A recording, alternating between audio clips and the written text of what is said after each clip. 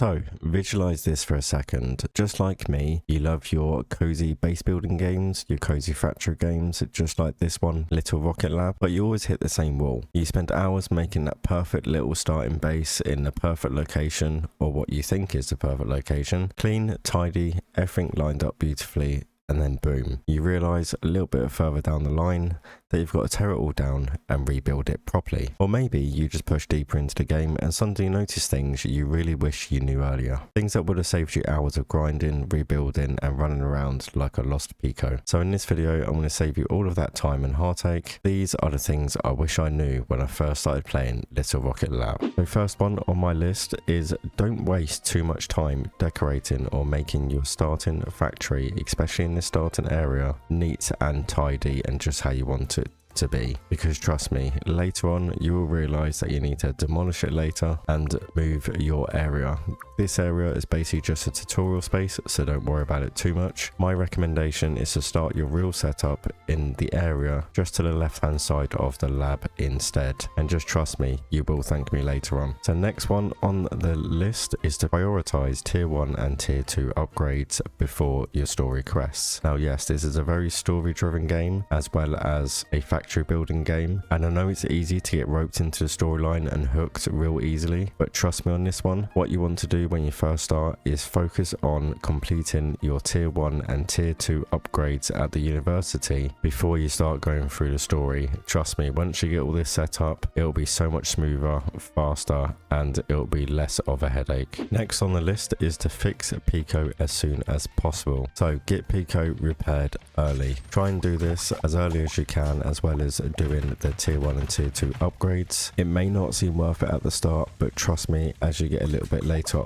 in the game, it's a huge quality of life boost and genuinely transform how quickly you can get things done. You probably has noticed as well. The next one in the list is scrap everything, and I mean literally everything. That's not the items that you get, but as you have probably noticed, as you explore around the map, you'll see lots and lots of old broken machines and old equipment all over the map. These can't be used and they are just a waste of space, but not only that, they are treasure trove for free resources, so trust me, destroy them. At the start you'll just have a hammer and it may take a little bit of time, so you might want to hold off destroying everything you see straight away, but once you progress a little bit through the story and you unlock Toasty, that makes life so much easier. I'll go into a little bit more detail about that a little bit later on in this video. So once you have completed the tutorial and you start building your more permanent factory, next on the list is planning your power network before you start building that factory, and you need to trust me on this. So as you can see here,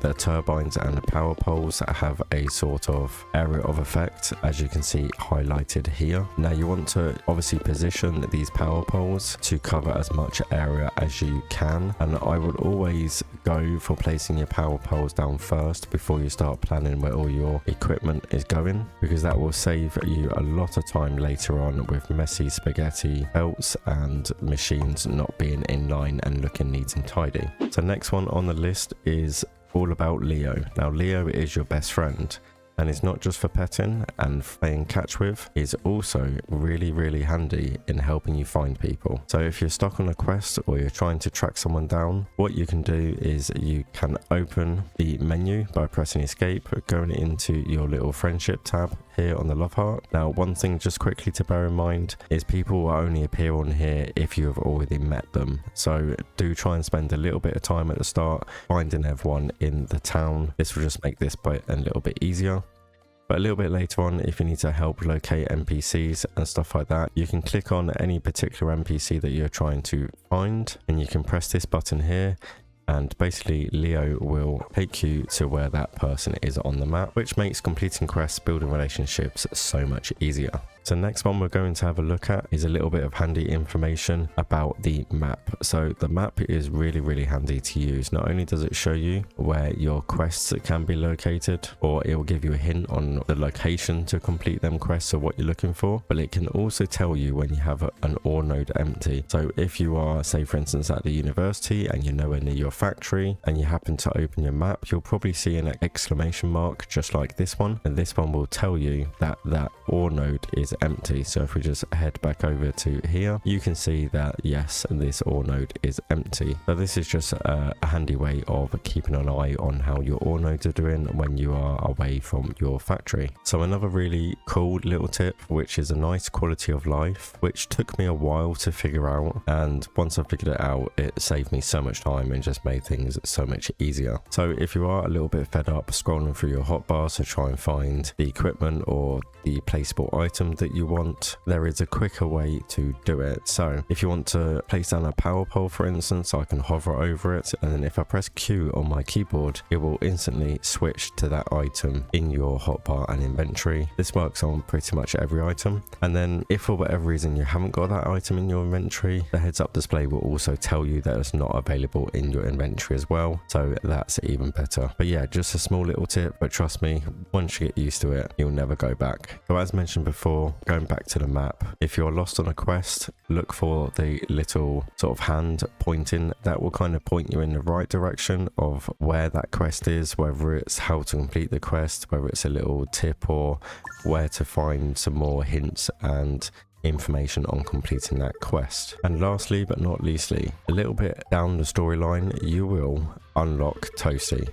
And when you unlock Toasty, your world absolutely changes. Not only can you hop on the back of Toasty and travel around the map a lot quicker, when you are on top of Toasty, you can press E to activate what I like to call his shredder. And basically what you can do with this is you can destroy items quickly. So as I mentioned before, where you've got all the old equipment dotted all around Little Rocket Lab map, you can literally just walk over it with Toasty and it will literally destroy it. And even better, you will automatically pick up the resource it drops it as well. And you can also use this to cut grass as well, and that will give you some more infrequent drops, but definitely worth doing. So this is really ideal for clearing areas with old machines and everything really quickly. So I did say the last tip was the final tip, but I actually forgot one that's kind of handy to know. So eventually you will kind of reach the mines where there are enemies, and you're probably wondering how much HP has Morgan got, as there's no indication of health bars or anything like that. Well, I can tell you Morgan only has 3 hit points. So basically if you get hit 3 times, you will pass out, and that's basically all there is to it. But don't worry, even if you do pass out, you will only end up at the entry point of the cave. You don't lose any money, any resources, or anything like that. So if you are diving deep into the cave and you want to get out pretty quick without retracing your steps, you can just cheese it a little bit and just get hit 3 times. And there you go, you have made your way out. And there we go, I think that's a few things that I wish I knew when I first jumped into Little Rocket Lab. That even if one of these tips saves you a bit of time, or it stops you from rebuilding your whole factory for the 2nd, 3rd or 4th time, then I have successfully done my job. And I feel that because of that, this video deserves a like if it does. So if you did find this video helpful, make sure you do drop that like so more players can find this video, and you can help out the community as well. And feel free to share any tips that you think are noteworthy that I may have missed in the comments down below. We are all learning new things in this game, and I'm sure other players would love to hear your discoveries too. And if it's one that I wasn't aware about, I'll be sure to feature it in an upcoming video. If you are enjoying this kind of chilled guide content, stick around, I've got plenty more coming your way, so make sure you hit that subscribe button. And as always, thank you for watching. It's been Kryptonite here, helping you master the games you love.